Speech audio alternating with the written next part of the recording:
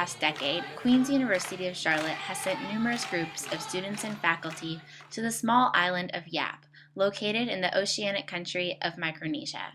Here, they spend 2 weeks putting the island on the map, literally. Our projects center on the use of GPS technology. There's handheld satellite receivers that indicate where you are on the planet, and GIS, the Geographic Information System. And the GIS allows the locals to use a computer database to manage their resources as they see fit. And so we assist their Bureau of Land Management map everything from natural resources to cultural sites so that they can better understand what they have on their island, resource allocation, and other tools that they have at their disposal. Going to places that not very many outsiders get to go to was really cool too, because by the work that we had to do, we had to map certain sites, and you need like special permission for that. Like one of the chiefs from one of the tribes in Yap actually had to get in the car with us to be like, yeah, it's okay for these people to be here. So yeah, that was probably the coolest thing that happened the whole trip.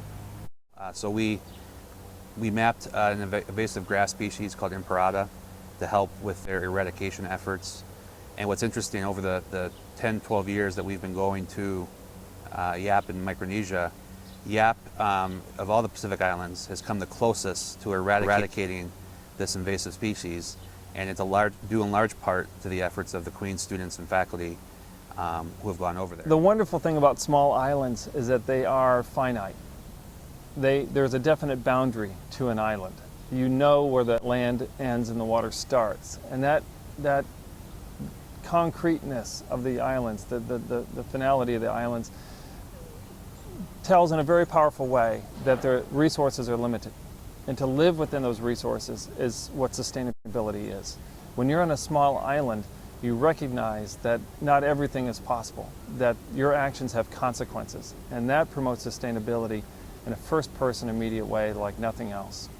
Back here, it's also, well, not only am I an environmental major, but it's made me realize to be way more environmentally focused, whether it's taking a shorter shower, turning the lights off when I leave, trying not to drive my car as much. That was a big thing, trying to walk more places, because that's something that they did.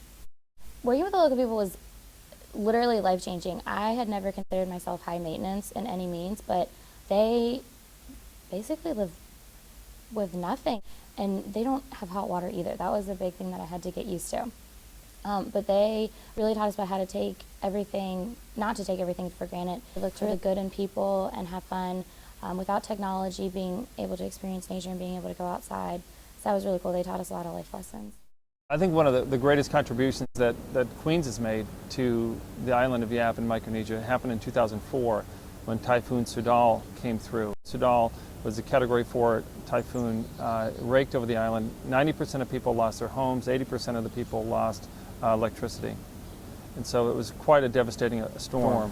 When FEMA, the Federal Emergency Management Agency, came through, they needed GIS data to manage their response. The GIS data they used were those data created by my students and the locals in the previous years that we've been on Yap. So had we not done that, had the locals not seen the importance of GIS, they would have been in a much worse position in the recovery after Typhoon Sudal than they were. What we do in Micronesia helps Micronesians, and I think that's the most important part. It's not part of a global strategy as it is a local strategy. And if it has global consequences, then that's a benefit, an extra benefit. In the local vernacular, we're helping paddle the canoe, but they steer the canoe.